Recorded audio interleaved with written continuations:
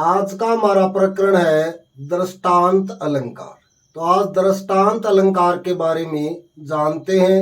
बहुत ही महत्वपूर्ण अलंकार है। आरपीएससी के द्वारा कई बार यहाँ से प्रश्न पूछा जा चुका है। तो इसकी पूरी अवधारणा को समझते हैं और देखते हैं कि दृष्टांत अलंकार में किस प्रकार प्रश्न पूछे जाते हैं। तो देखो, दृष्टांत अलंकार। दृष्टांत अलंकार में आपको सबसे पहले ये ध्यान रखना है कि इस अलंकार में दो कथन होते हैं। कथन कितने होते हैं? दो कथन होते हैं और दोनों कथनों में बिंब प्रतिबिंब का भाव पाया जाता है। ये दो बातें आपको अच्छे से ध्यान में रखनी। दृष्टांत अलंकार में दो महत्वपूर्ण बातें हैं और दोनों बातें हैं कि इसमें कितने कथन होंगे? दो कथन होंगे। दोनों कथनों में बिंब प्रतिबिंब का भाव होगा तो ही दृष्टांत अलंकार होगा। यदि कथनों में बिंब प्रतिबिंब का भाव नहीं है तो फिर दृष्टांत अलंकार नहीं। यानी दो दो कथनों के और भी अलंकार हैं। ऐसे और भी अलंकार हैं जिनमें दो दो कथन होंगे, परंतु दृष्टांत अलंकार की महत्वपूर्ण विशेषता है कि दोनों कथनों में बिंब प्रतिबिंब का भाव होना आवश्यक है। अब ये बिंब प्रतिबिंब का भाव क्या होता है, कैसे होता है, ये हम आगे समझेंगे।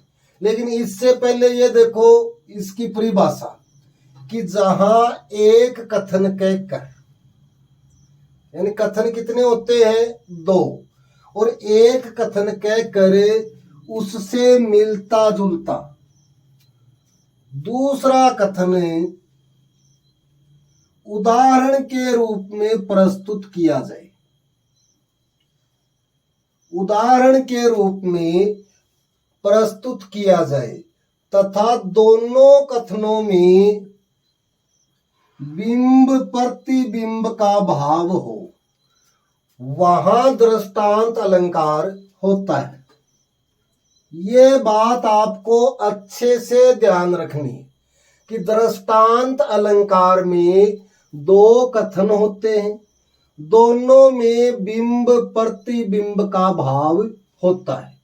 ये परिभाषा से आप समझ लो कि जहां एक कथन कहकर उससे मिलता जुलता दूसरा कथन उदाहरण के रूप में प्रस्तुत किया जाए तथा दोनों कथनों में बिंब प्रतिबिंब का भाव हो, वहां दृष्टांत अलंकार होता है।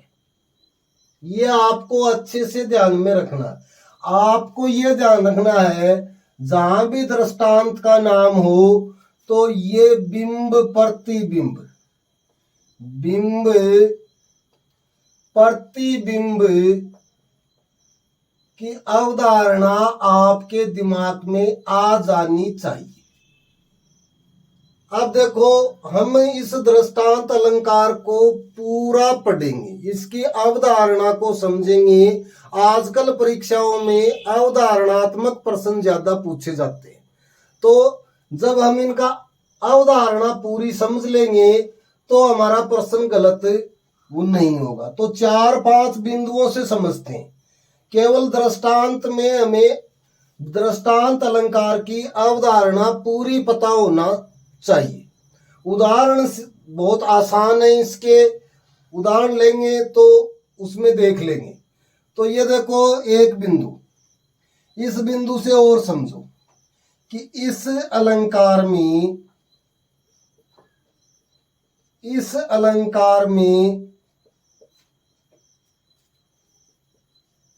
एक कथन उपमेय कथन, उपमेय कथन वह दूसरा कथन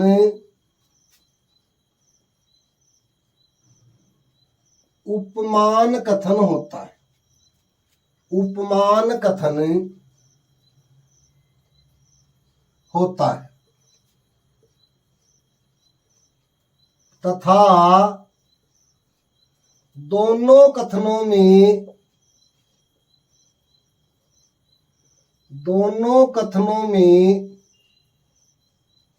बिंब प्रतिबिंब का भाव होता है। बिंब प्रतिबिंब का भाव होता है। ये आपको और ध्यान में रखना है कि दो कथन होते हैं, दोनों कथनों में एक कथन है वो उपमेय कथन होता है और दूसरा कथन है वो उपमान कथन होता है। बहुत ही महत्वपूर्ण बात है। और दोनों कथनों में बिंब प्रतिबिंब का भाव होता है। ये आप अच्छे से याद रखेंगे। दृष्टांत अलंकार में दो कथन होंगे, दोनों कथनों में बिंब प्रतिबिंब का भाव होगा। एक कथन कहकर उससे मिलता जुलता दूसरा कथन उदाहरण के रूप में प्रस्तुत किया जाएगा, या ये कहें कि एक कथन है वो उपमेय कथन व दूसरा कथन उपमान कथन होता है और दोनों में बिंब प्रतिबिंब का भाव होता है। अब दो तीन बिंदु और देखो, ये आपने लिख लिया होगा, अच्छे से देख ले और लिख ले। हम इसको अवधारणा को पूरा पढ़ेंगे। तो ये हटाता हूं इसकी परिभाषा और दो तीन बिंदु से और समझो आप।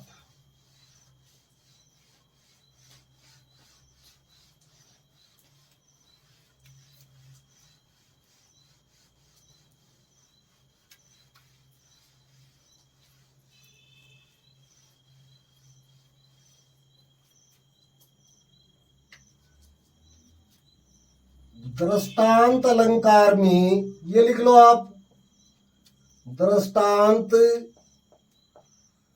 अलंकार में दो कथन होते हैं, दो कथन होते हैं।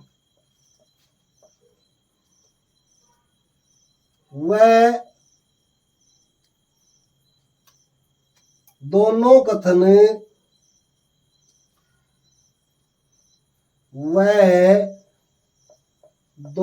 कथन या तो सामान्य कथन होते हैं या तो सामान्य कथन होते हैं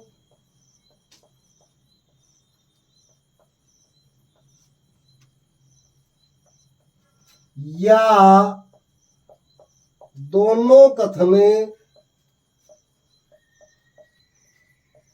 विशेष कथन होते हैं, विशेष कथन होते हैं।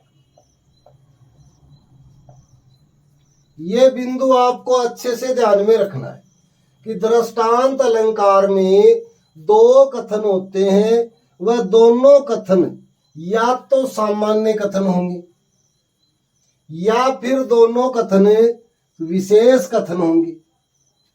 ऐसा नहीं होगा कि एक कथन सामान्य कथन हो और दूसरा कथन विशेष कथन हो।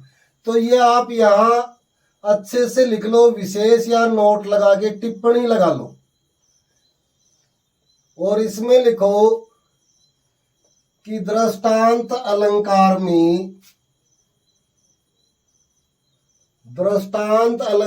में एक कथन विशेष व दूसरा कथन सामान्य, दूसरा कथन सामान्य कथन हो, ऐसी अवधारणा नहीं होती है, ऐसी अवधारणा नहीं होती है। या तो दोनों कथन सामान्य होंगे, इसमें लिख लो आप, कि दोनों कथन सामान्य कथन होते हैं, सामान्य कथन होते हैं, या दोनों कथन विशेष कथन होते हैं।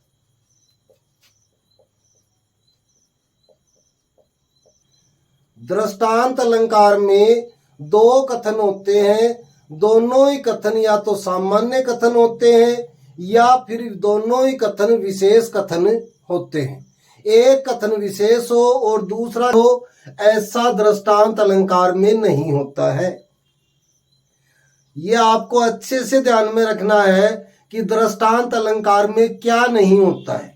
यानी दोनों कथन है वो कैसे कथन होते हैं, दोनों ही कथन सामान्य कथन होते हैं, दोनों ही कथन विशेष कथन होते हैं। एक कथन विशेष, दूसरा कथन सामान्य, या पहला कथन सामान्य, दूसरा कथन विशेष, ऐसा दृष्टांत अलंकार में नहीं होता है। बिल्कुल आपको अच्छे से ध्यान में रखना है। ये कई बार ये बिंदु है वो आरपीएससी द्वारा परीक्षा में पूछ लिया गया है, तो आप अच्छे से ध्यान में रखोगे कि दो कथन तो होंगे और दोनों ही कथन या तो सामान्य कथन होंगे और या फिर दोनों ही कथन विशेष कथन होंगे, और दोनों कथनों में बिंब प्रतिबिंब का भाव होगा। अब आगे देखते हैं और बिंदु, ये आपने लिख लिया होगा, अच्छे से देख लें और अच्छे से समझ लें।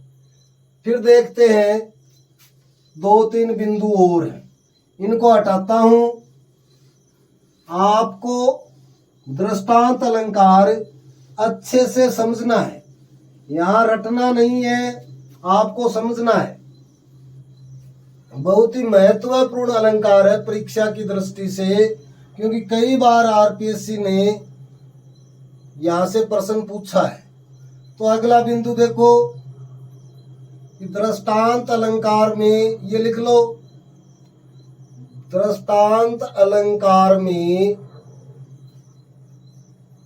दोनों कथनों का साधारण गुणधर्म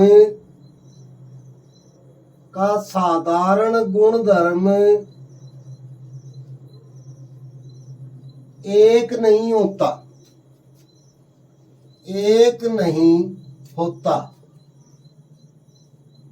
जबकि मिलता जुलता होता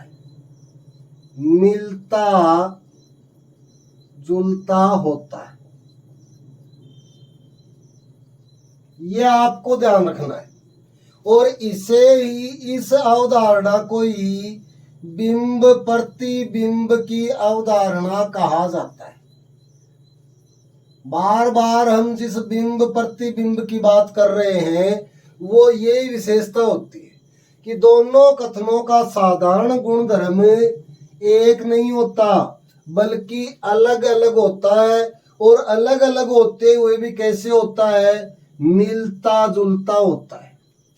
तो ये आप एक बिंदु और लिख लें कि इस अलंकार में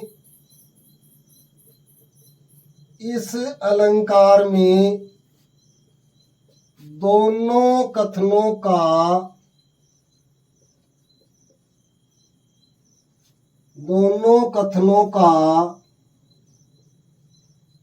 साधारण गुणधर्म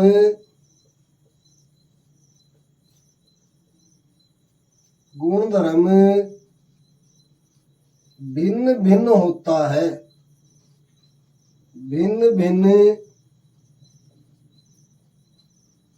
होता है, परंतु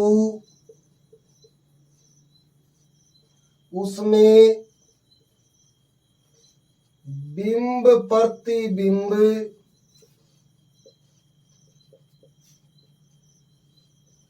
का भाव होता है। ये आपको बातें याद रखनी है दृष्टांत अलंकार में। दृष्टांत अलंकार में आपको जितने कथन आपको बताए हैं, जो विशेषताएं आपको बताई हैं, वो आपको अच्छे से याद रखनी है। सबसे पहली बात आपको याद रखनी है कि दृष्टांत अलंकार में दो कथन होते हैं। एक कथन है वो उपमेय कथन होता है और दूसरा कथन उपमान कथन होता है।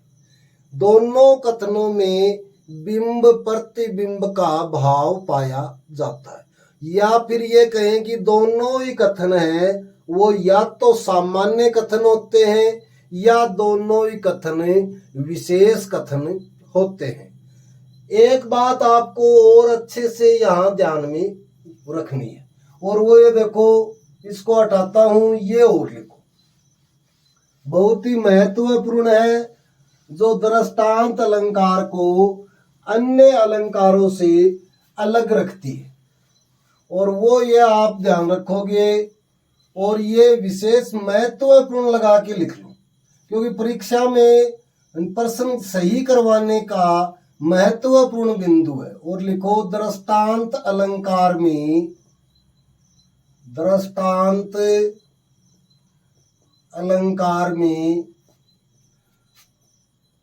उपमावाचक शब्दों का, उपमानवाचक शब्दों का प्रयोग नहीं होता है, प्रयोग नहीं होता है। ये आपको अच्छे से ध्यान में रखना है कि दृष्टांत अलंकार में उपमानवाचक शब्दों का प्रयोग नहीं होता है। ये अच्छे से ध्यान में रखोगे कि दृष्टांत अलंकार में उपमानवाचक शब्दों का प्रयोग नहीं होता है। यदि ऐसे शब्दों का प्रयोग हो तो वहां दृष्टांत अलंकार नहीं होगा। और वो ये देखो, कौन कौन से शब्द हैं ये लिख लो, जैसे जो, ज्यों, जिमी, जस, जथा, यथा, ये शब्द हैं, इनका प्रयोग दृष्टांत अलंकार में नहीं होता है। यदि ये शब्द है तो निश्चित रूप से आपको ध्यान में रखना है कि वहां दृष्टांत अलंकार नहीं होगा। ये आप अच्छे से ध्यान में रखेंगे। तो ये शब्द है तो कौन सा अलंकार होगा, उसकी चर्चा हम आगे करेंगे। आपको यहाँ केवल इतना ध्यान में रखना है कि ऐसे शब्द यदि प्रयुक्त हैं तो वहां दृष्टांत अलंकार नहीं होता है। कुछ बातें हम वो देख रहे हैं जहां दृष्टांत अलंकार होता है, और कुछ बातें वो देख रहे हैं कि जहां दृष्टांत अलंकार नहीं होता है। दोनों अवधारणाएं हम यहाँ सीखने का प्रयास कर रहे हैं, तो ये आपको अच्छे से ध्यान में रखना है। अब यहाँ देखो, 3-4 बातें होंगी कि दृष्टांत अलंकार में दो कथन होंगे, दोनों कथनों में बिंब प्रतिबिंब का भाव होगा। एक कथन कहकर उससे मिलता जुलता दूसरा कथन उदाहरण के रूप में प्रस्तुत किया जाएगा, और दोनों में ही बिंब प्रतिबिंब का भाव हो, वहां दृष्टांत अलंकार होता है। दूसरी बात करें कि दो कथन होंगे, दोनों ही सामान्य कथन होंगे या फिर दोनों ही विशेष कथन होंगे। तीसरी बात करें कि दोनों कथनों का साधारण गुणधर्म है वो एक नहीं होता, भिन्न भिन्न होता है, लेकिन मिलता जुलता होता है। यानी साधारण गुणधर्म में बिंब प्रतिबिंब का भाव होता है। फिर हम बात करेंगे कि दृष्टांत अलंकार में उपमानवाचक शब्दों का प्रयोग नहीं होता है। यानी जैसे जो, ज्यों, जिमी, जस, जथा, यथा, इन शब्दों का प्रयोग दृष्टांत अलंकार में वर्जित है, नहीं होता है। यदि ये शब्द जहां प्रयुक्त हैं वहां निश्चित रूप से दृष्टांत अलंकार नहीं होता है।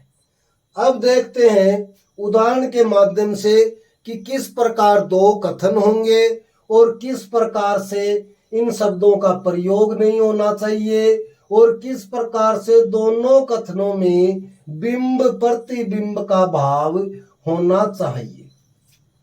ये हटाता हूं, आपने लिख लिया होगा। उदाहरण से समझते हैं दृष्टांत अलंकार को। आपको जितने कथन जितने बिंदु बताए हैं वो सब बिंदु महत्वपूर्ण बिंदु हैं और आपको प्रत्येक बिंदु अच्छे से याद रखना है और अच्छे से समझना है। दृष्टांत अलंकार बहुत ही महत्वपूर्ण अलंकार है परीक्षा की दृष्टि से। आरपीएससी द्वारा बार बार यहाँ से प्रश्न पूछे जाते रहे क्योंकि दो तीन अलंकार हैं, जैसे दृष्टांत अलंकार है, उदाहरण अलंकार है, प्रतिवस्तु उपमा अलंकार है और अर्थांतरन्यास अलंकार है। चार अलंकारों की अवधारणा मिलती जुलती अवधारणा है। हमें अच्छे से समझना है कि दृष्टांत अलंकार को प्रतिवस्तु उपमा अलंकार से, अर्थांतरन्यास अलंकार से और उदाहरण अलंकार से भिन्न कैसे पढ़े और कैसे पहचान रहे कि ये दृष्टांत अलंकार है।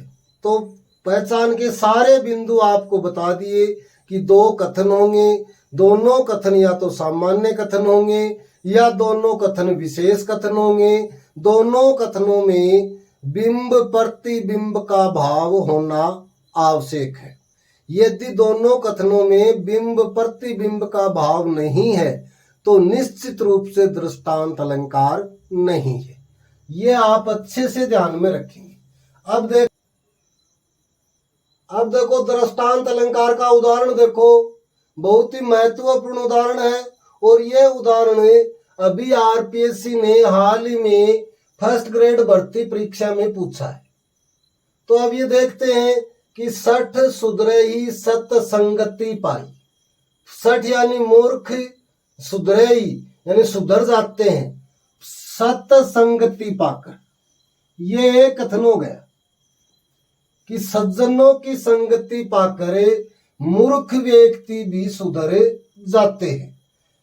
फिर देखो पारस परसी। पारस यानी सोना, एक पत्थर होता है,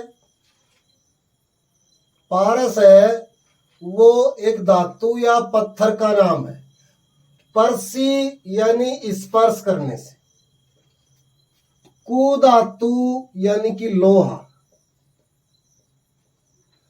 सुहाई यानी सोना बन जाता है, सोना बन जाता है। अब ये दो बातें हो गई, दो कथन हो गए। एक तो सठ सुधरे ही सत संगति पाई, पारस परसी कु धातु सुहाई। कि मूर्ख व्यक्ति है वो सज्जनों की संगति में रहकर सुधर जाते हैं, यानी मूर्ख भी सज्जनों की संगति में रहकर सज्जन बन जाता है। जैसे पारस परसी कु धातु सुहाई, यानी लोहा है वो क्या करता है, पारस को स्पर्श करके और सोना बन जाता है। वैसे ही मूर्ख व्यक्ति या दुष्ट व्यक्ति, सठ का अर्थ होता है दुष्ट, कि दुष्ट व्यक्ति है वो भी सज्जनों की संगति में रहकर अपनी दुष्टता छोड़ देते हैं और सुधर जाते हैं। वैसे ही जैसे लोहा पारस पत्थर को स्पर्श करके सोना बन जाता है। यानी दो कथन है, एक तो ये कथन है, दूसरा ये कथन। हमारी शर्त है कितने कथन होने चाहिए, दो कथन। दोनों कथन या तो सामान्य कथन या दोनों विशेष कथन। दोनों कथनों में बिंब प्रतिबिंब का भाव और वाचक शब्द नहीं होना चाहिए। वाचक शब्द नहीं होना चाहिए।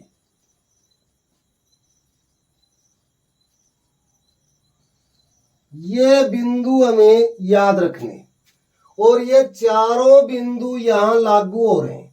दो कथन है, दोनों ही कथन है वो सामान्य कथन है, और दोनों कथनों में बिंब प्रतिबिंब का भाव है, और कहीं भी वाचक शब्द का प्रयोग नहीं हुआ है। इसलिए निश्चित रूप से कौन सा अलंकार है? दृष्टांत अलंकार है। यानी पहले ये बात कही गई है। यहां देखो, हम परिभाषा के अकॉर्डिंग देखें तो देखो ये कहा गया है कि मूर्ख व्यक्ति सज्जनों की संगति में रहकर सुधर जाता है। फिर इससे मिलती जुलती दूसरी बात कहकर उदाहरण के रूप में कहा गया है कि जैसे लोहा है वो पारस पत्थर को स्पर्श करके और सोना बन जाता है।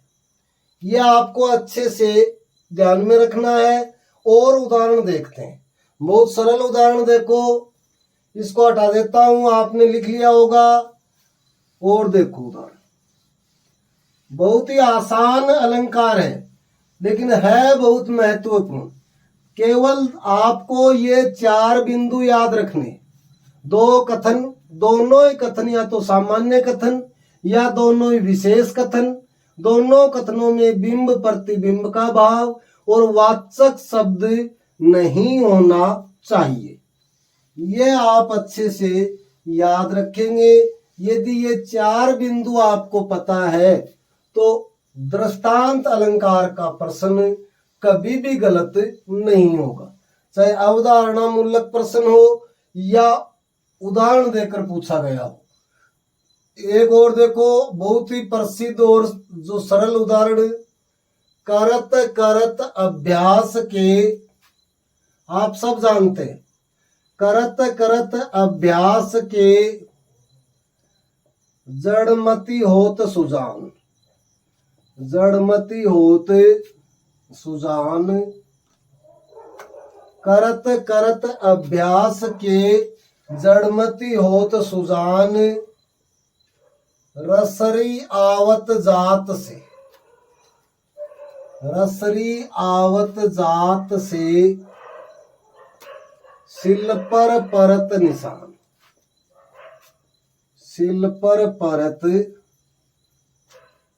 निशान। ये देखो, ये बहुत ही आसान उदाहरण है। इससे आप और समझ जाएंगे कि करत करत अभ्यास के जड़मति होत सुजान। जड़मति यानी मूर्ख व्यक्ति, जो जड़ है वो व्यक्ति भी क्या, वो भी चतुर हो जाता है। और किससे? बार बार अभ्यास करने से। बार बार अभ्यास करने से जड़मति व्यक्ति भी चतुर बन जाता है। वैसे ही जैसे रसरी आवत जात से, कि रस्सी के आने जाने से, सील यानी पत्थर, पत्थर पर रस्सी का निशान बन जाता है। यानी बार बार अभ्यास करने पर जड़मति व्यक्ति भी चतुर बन जाता है। वैसे ही जैसे रस्सी के बार बार आने जाने से कठोर पत्थर पर भी निशान बन जाता है। तो ये यहां भी आपको ये ध्यान में रखना, कितने कथन है? दो कथन। दो कथन। देखो, हमारे जो बिंदु हैं वो पूरे होने चाहिए। दो कथन, दोनों ही सामान्य कथन है। सामान्य कथन है दोनों ही। फिर दोनों कथनों में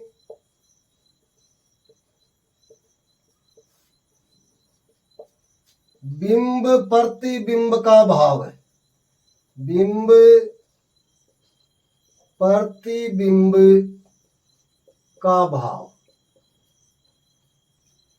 और वाचक शब्द प्रयुक्त नहीं है, वाचक शब्द प्रयुक्त नहीं है। ये आपको ये बिंदु, ये और ये चारों बिंदु आपको पता होना चाहिए।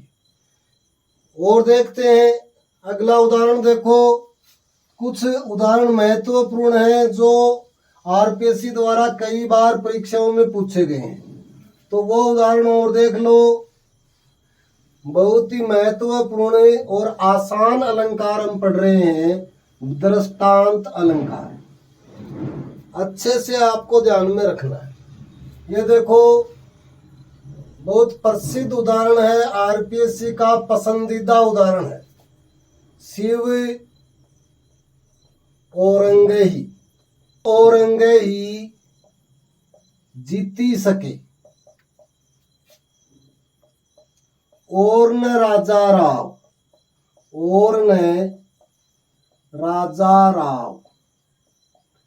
शिव औरंगे ही जीती सके और न राजा राव।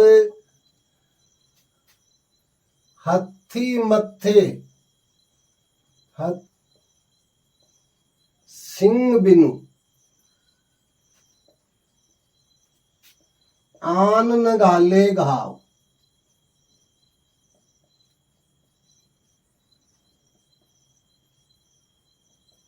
ये देखो, बहुत ही प्रसिद्ध उदाहरण है, आरपीएससी द्वारा कई बार परीक्षाओं में पूछा गया है। शिव औरंगे ही जीती सके और न राजा राव। शिव यानी शिवाजी, औरंगे ही यानी औरंगजेब,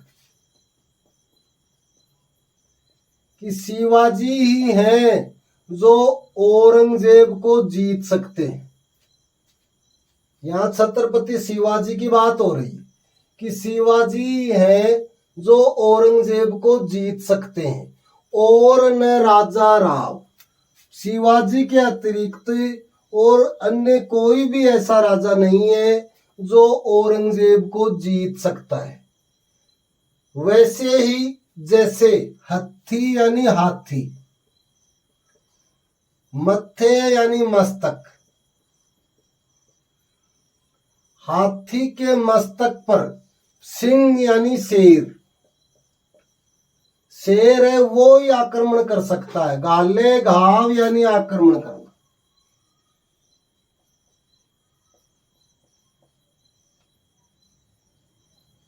कि जिस प्रकार हाथी के मस्तक पर शेर ही आक्रमण कर सकता है, शेर के अलावा और कोई आक्रमण नहीं कर सकता, वैसे ही शिवाजी ही औरंगजेब को जीत सकते हैं और अन्य कोई राजा औरंगजेब को नहीं जीत सकता। दोनों कथन है वो दोनों ही सामान्य कथन है।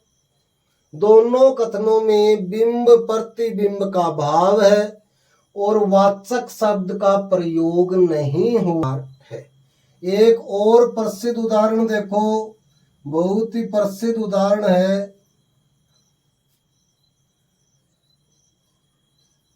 पापी मनुज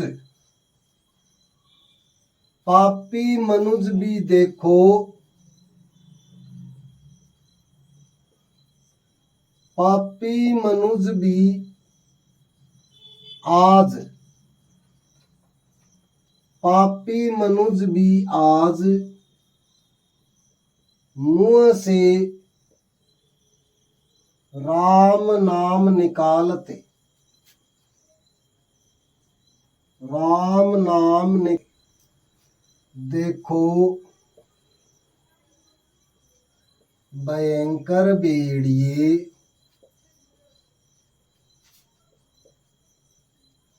आज आंसू डालते।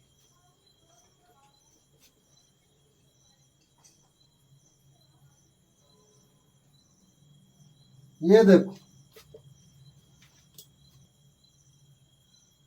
ये उदाहरण और देखो कि पापी मनुज भी आज मुंह से राम नाम निकालते, देखो भयंकर भेड़िए आज आंसू डालते। यहाँ भी देखो, जो यहाँ कहा गया है कि जो मनुष्य पापी हैं, वो पापी मनुष्य भी हैं, वो आज राम नाम का जप करते हैं। कैसे? वैसे ही जैसे भयंकर भेड़िए हैं वो आंसू बहा रहे हैं। यहाँ भी कितने कथन हैं? 2 कथन। दोनों कथनों में बिंब प्रतिबिंब का भाव है। दोनों कथन सामान्य कथन है और दोनों कथनों में वाचक शब्द का प्रयोग नहीं हुआ है। इसलिए कौन सा अलंकार है? दृष्टांत अलंकार है। तो ये उदाहरण दोनों आपने देख लिए होंगे। 2 उदाहरण और देखो जो आरपीएससी द्वारा पूछे हुए उदाहरण हैं। इनको हटाता हूं, आपने लिख लिया होगा, आप अच्छे से समझ गए होंगे। अब 2 उदाहरण और देखते हैं।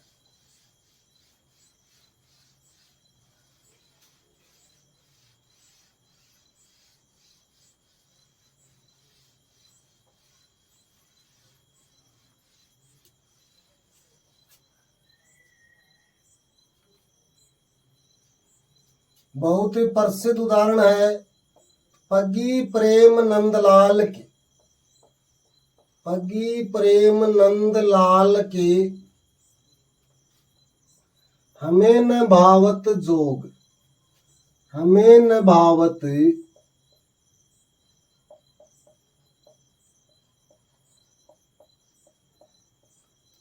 पग्गी प्रेम नंदलाल के हमें न भावत जोग, मधुप राजपद पाय के भीख न मांगत लोग।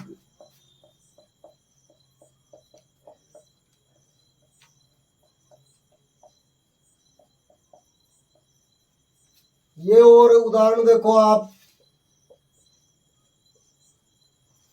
तो पग्गी प्रेम नंदलाल के हमें न भावत जोग, यानी गोपियां हैं वो उद्धव से कह रही हैं और क्या कह रही हैं कि हम तो नंदलाल के प्रेम में डूबी हुई है। नंदलाल यानी श्री कृष्ण।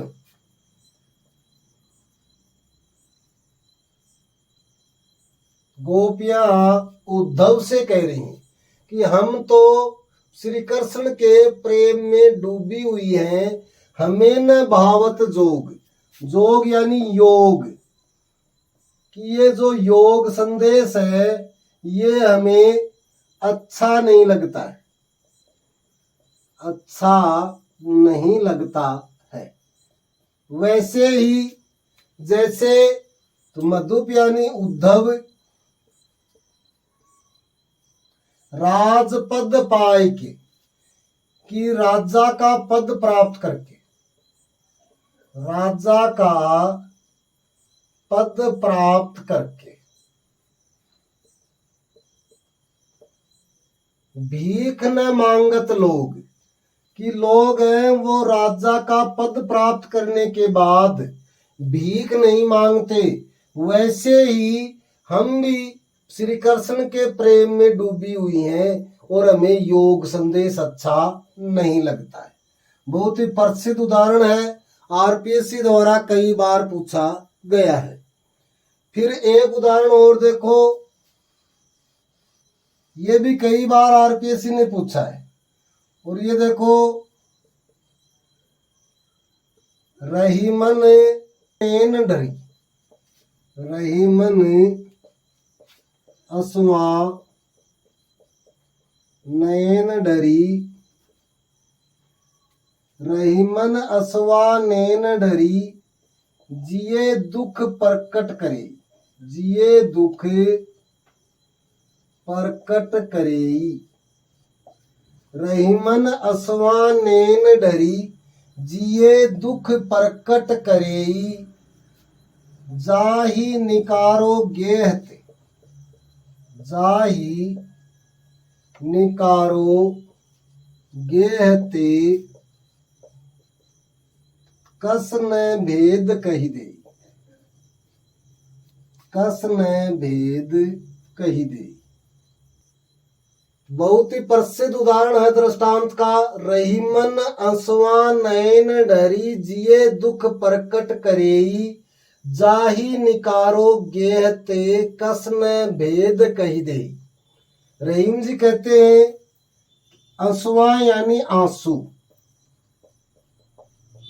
आंसू, नयन यानी नेत्र, कि आंसू है वो नेत्रों से बाहर आकर, जिए यानी मन, मन का दुख है वो प्रकट कर देते हैं। आंसू नेत्रों से बाहर निकल कर मन का दुख प्रकट कर देते हैं। वैसे ही जैसे जाही निकारो गेहत, गेह यानी घर, कि किसी मनुष्य को यदि घर से निकाल दिया जाए तो वह मनुष्य घर का भेद प्रकट कर देता है, वह मनुष्य घर का भेद प्रकट कर देता है। वैसे ही जैसे आंसू नेत्रों से बाहर निकलकर मन का दुख प्रकट कर देते हैं। दो कथन है, दोनों ही कथन सामान्य कथन है। दोनों ही कथनों में बिंब प्रतिबिंब का भाव है और वाचक शब्द का प्रयोग नहीं हुआ है। और ऐसा जहां भी होता हो वहां दृष्टांत अलंकार होता है।